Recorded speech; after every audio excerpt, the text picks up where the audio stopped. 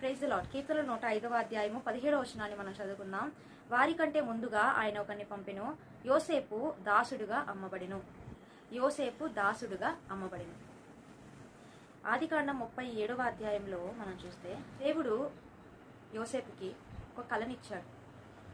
ఒక కళ ఇచ్చినప్పుడు ఆ కళని అన్నలకు చెప్పినప్పుడు వాళ్ళు పగబట్టారు అనేటువంటి మాట. అంటే ఒకళ్ళకి అది కోపం వచ్చింది అని అంటే, యోసేపుకి అసలు ఏ కళ వచ్చింది, దేవుడు ఏ కళ ఇచ్చాడు?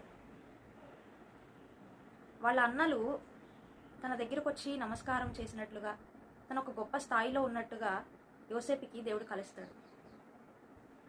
సో అలాంటి పరిస్థితుల్లో యోసేపు యొక్క ఆలోచన, ఆ కళ అయిపోయిన తర్వాత ఎలా ఉంటుంది అని అంటే, ఒక ఉన్నతమైనటువంటి స్థితిలో నేను ఉంటాను, ఒక గొప్ప స్థితిలో నేను ఉంటాను అని మాత్రమే యోసేపు ఆలోచించాడు. కానీ తను కొన్ని రోజుల తర్వాత ఒక దాసునిగా వేరొక